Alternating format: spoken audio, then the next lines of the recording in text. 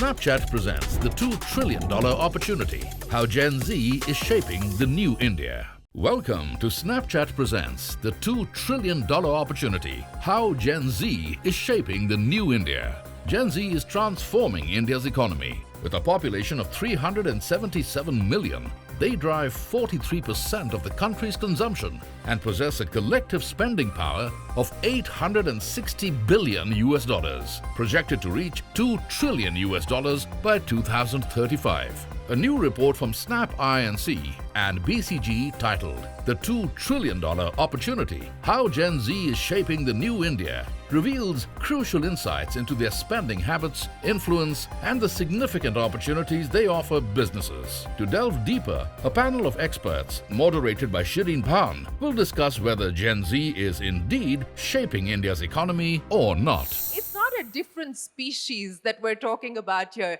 The context is important, both economic as well as social. If we talk about the economic context, so much has changed, especially in a post-liberalized India. We've seen opportunities open up. Then let's talk about technology and the kind of changes that technology has brought in.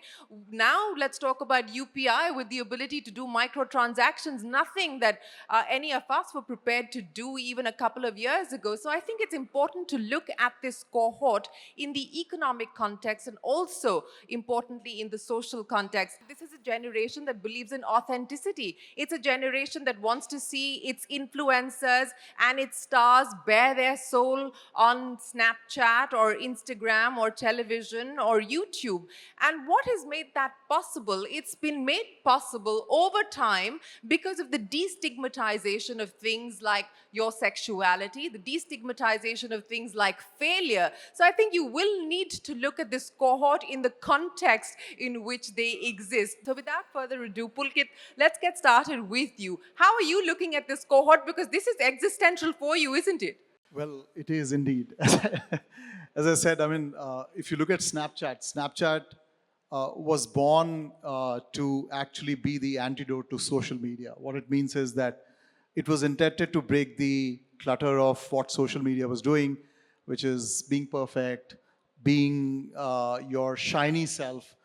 And in that context, what we came out as a platform, we came out as a platform that put camera first. You open to the camera, it's about you, yourself, your expression, and your ability to connect with friends and family. And therefore, I think one of the biggest myths that this report broke for me was the fact that this generation is deeply embedded in building genuine connections, which is, whether it is online or offline, it doesn't matter to them. They are all about individual expression. At the same time, they are also about building deeper connections. And that's an extraordinary insight that I derived, which was completely I would imagine that that's what keeps social media platforms going, right? It does. The need to actually connect, whether online or offline. It does. And, I also put this, when you put this in the context of all these generations when they were born, I think the context to this generation is that this is a mobile-first generation. They are digital natives, and they are born on a screen. So their access to information determines how they actually behave, they consume tech, and they shop or interact with people. Aspirationally, there has been a big change and technology has played. But Rajkeet, let me ask you now, at L'Oreal, for instance, are you looking at this cohort as a cohort that is spending the big bucks that Nimisha pointed out is spending? How are you addressing this market today? Firstly, big congratulations, Pulkit and BCG team. I think it's a phenomenal report. And at L'Oreal, we firstly believe that everyone is worth it. It completely comes from the ethos what the company believes in. And as a global leader in beauty, I think the consumption of beauty is so much driven by Gen Z, and leaving them behind is something that the company could have never done. And I think there are two things that L'Oreal is doing very proactively in this space. One is evolution, and second is revolution. Evolution is a lot about how the habits are changing, and it all starts from Gen Z. If you look at the way from using a soap to a face wash, from a moisturizer to a serum, I mean, it's Gen Z who adopts them the fastest. If you talk about revolution, it's all about new things right from a micellar water or beauty tech. I mean, this is something Gen Z has taught us how we need to look at beauty. And I think in the realm of L'Oreal, innovation is so core that we can't lose out when it comes to Gen Z. Let's talk about what's happening in Myntra specifically. How are you looking at this cohort? How much is this cohort actually spending on Myntra today? How important is it to you? For us, it's a very important cohort just in terms of numbers, right? Because we have the ability to gauge and understand who's millennial, who's Gen Z. Today, over 25% of our user base is Gen Z. Our customer base last year was 8 million Gen Z, is 16 million Gen Z this year. Okay. So if I talk growth numbers, that base is 2x. That's the kind of surge you've seen in just a year. In just a year, right? And yes, given the life stage of where they are, their ability to spend per transaction is lower. Mm-hmm. So we see their ability, if I take women's wear, for example, on Myntra, overall, it would be priced anywhere between 800 to 1,000 would be the average price. Here, it would be closer to 500 to 600. Okay. So there is that difference. But they purchase about 25% more often than millennials do. So there's a higher frequency. Yes, frequency is higher. So for us, it is worth it in that sense. In our worldview, even today, 60 million Gen Z who are transacting online, huge number. And if you just do the match to everything that was showcased before. So this 2 trillion opportunity that the report throws up, that doesn't surprise you? It does not surprise at all. Not at all. And how do you curate and be more real time for them? So they keep us on our toes all the time, but that's where the business will be. But Bhavna, let's talk about this $2 trillion opportunity, and let's talk about it in the context of India. How do you believe you're going to be able to unlock value for the Indian consumer? We've also changed the attitude when we talk about the Indian consumer being value conscious or price conscious. That has also seen a significant change over the last few years. So as someone who's going to be reaching out with the hope of unlocking value within this cohort, what do you do differently today? Shreen, there is a little bit of a paradigm shift, I guess, from the time when I joined marketing to where we are right now. I think a lot of us at that time were talking about unaided awareness and TOM and consideration, and those were the most chased after, so to say, KPIs. I think now, and if we again dock back with the report, I think it's more about affinity, which is coming on account of its brand affinity is very important, because what was Tom and unaided awareness saying? You see my television ad and you know me. Yeah. You walk into the store and you look at me because you saw the Nirma ad or you saw the Rin ad or whatever you saw, and you said, I sabse safed and therefore I like you and I'm going to pick you up. To now us having to communicate in an ecosystem way where you feel that I know you.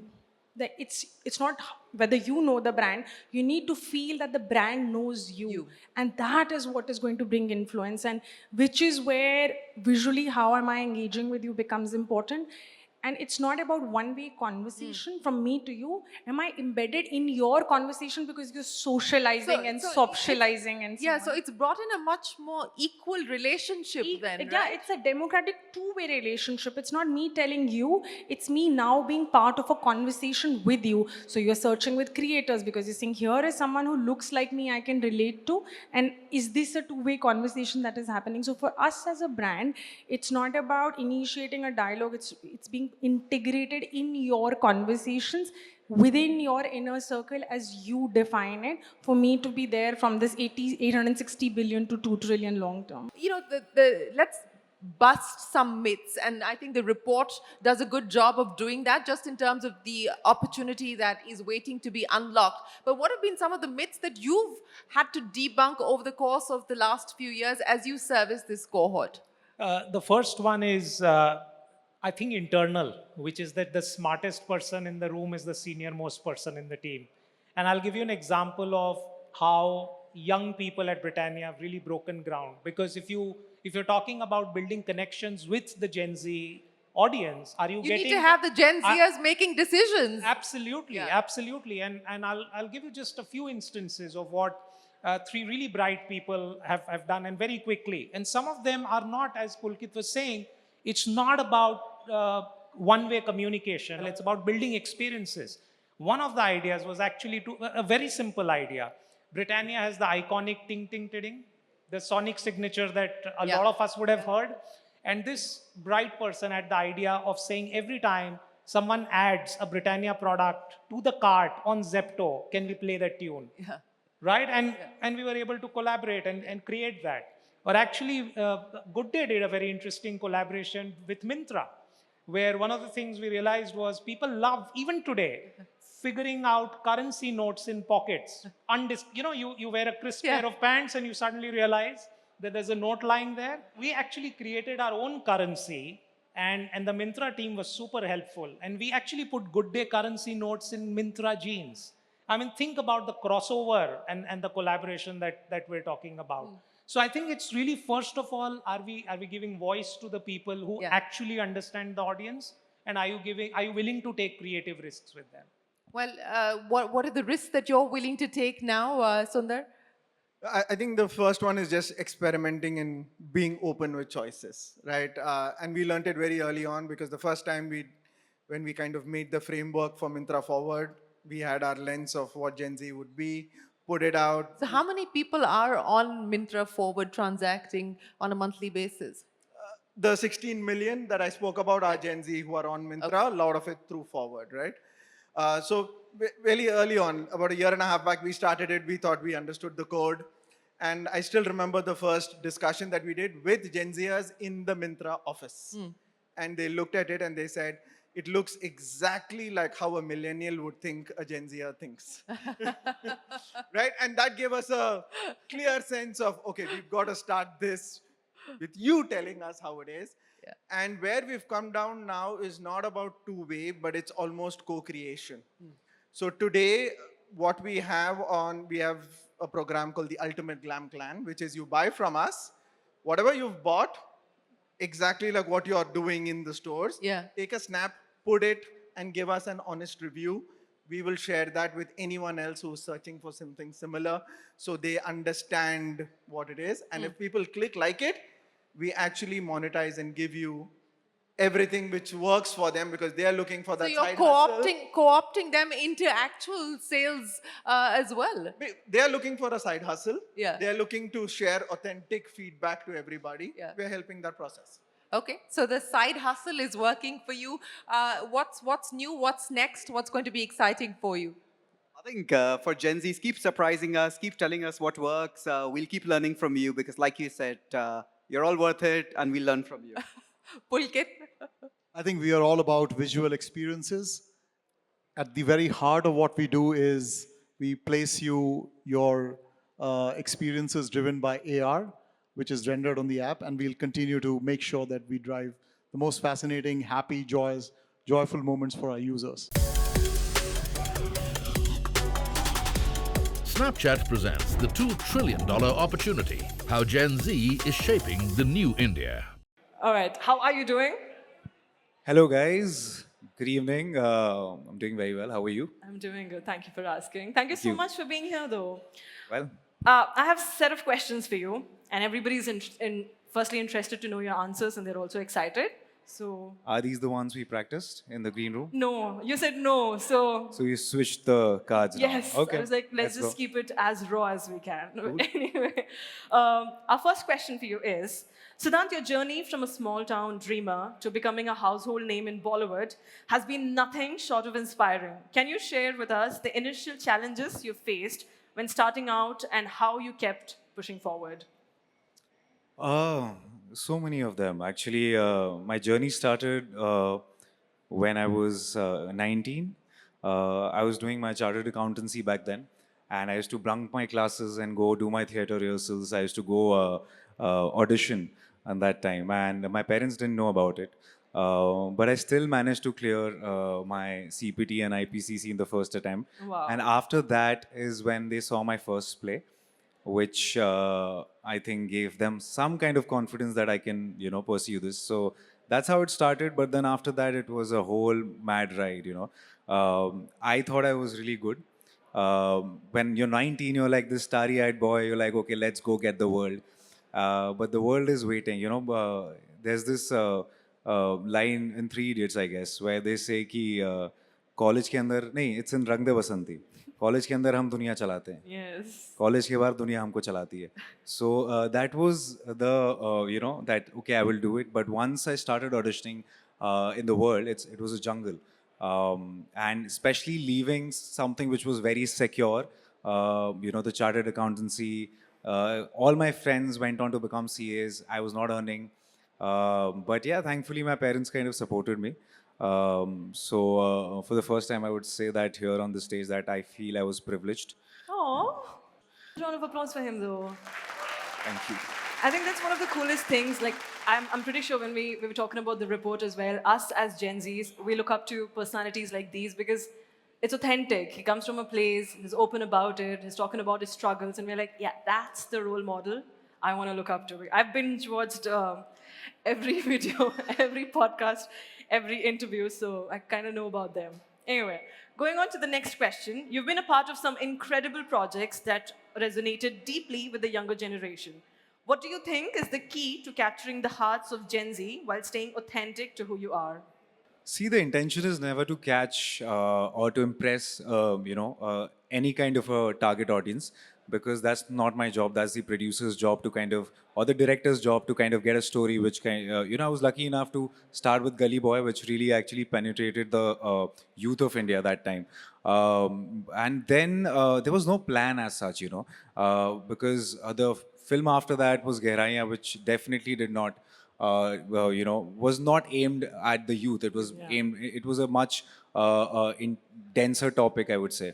So I keep trying. I keep taking up the opportunities which I get. At the start of your career, you don't have choices. The very opportunity that you're getting is what it is. You never feel like, I will choose this. But for me, that is the value of stardom, where there'll be a point where I'll be able to choose the kind of things which I want to do, or will be able to kind of get into a room of writers and I'm like, oh, I want to say this story, let's write it. But at the initial stage, obviously, you don't get that choice. Yes. Whatever is being made, you want to just jump on it and just give your best. But so it happened where, when Khogaya happened, that was because Arjun Viren Singh is my friend. We started off in Gully Boy. He was assisting Zoya that time. So we kind of had discussed this idea about social media, that how it impacts and how it's changing. Nothing wrong or right about it. It's how we are evolving, as a generation. So we really wanted to tell a story, and then he started writing. And when he was ready, I was the first person he called, and he's like, "Bro, it's ready. I'm sending it to you right away. See how you feel." And I loved it. I was like, "Let's do this." So I think Ho Gaya Amka was the first film which was, something which you want to do. Yeah.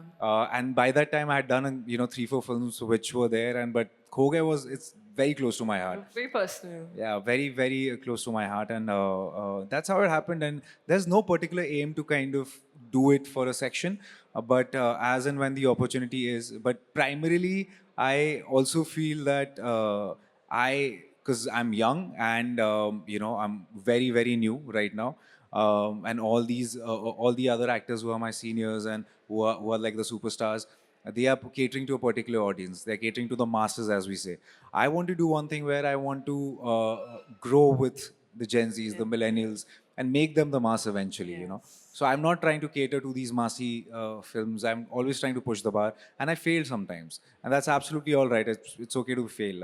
I'm glad things happen the way they happen, because you kind of keep learning, because experiment is all about succeeding, once and trying 100 times and failing 99 times. I like how authentic you are. That's one of the points our report has as well. And the next question is, you did a movie about the perils of social media. Why do you think Snapchat stands out and is a brand that is widely used by Gen Z in India? Well, firstly, I feel that Snapchat is not a social media. It's more personal, I feel. Just because it's not limited, bounded by likes and shares, and you just can be yourself. When you open the app, there's a camera right there in front of you. You can just be who you are, see the things around you, rather than getting bounded by or being pressurized by likes while doing things to get likes. You're just sharing a part of life with your friends or your followers, Yes. Without seeking that kind of a validation, I feel. True. So I think that's why. Yeah, same. It's actually quite nice though. You don't have the pressure, like, let me add that or add this. It's very real and very candid. Next question. From your physical transformation for action roles to the emotional depth you bring to each character, Your versatility is often admired. What personal values or discipline have helped shape your growth, both as an artist and as an individual? Listen, I was doing chartered accountancy. Anything is better than that. 14 hours of studying.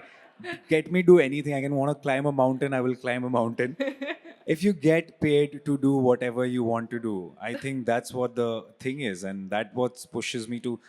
So yeah, I mean, I get to do what I want to do, and when I was doing CA, which is something which I really didn't like to, study so much, I still did it, and this is something which I love. So I keep pushing myself. It's every day I wake up with like, oh, it's a gift and I need to just give my 100%. So that's what it is. And personal values, yeah.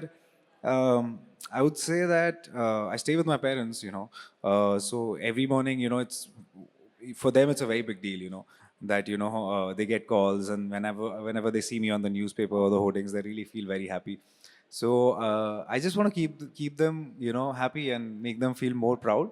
So I just push myself to, and also, I mean, they're getting old now. The most beautiful thing is to see your parents getting old right in front of you. So I just want to keep doing more and more and more, and I want to do more so that, I make them happy and proud. And yeah, and we come from nothing. So everything else is an addition. So we try to do that. I mean, that's what I try to do as an artist, and as an individual. Thank you so much for the claps, the applauses. Thank you.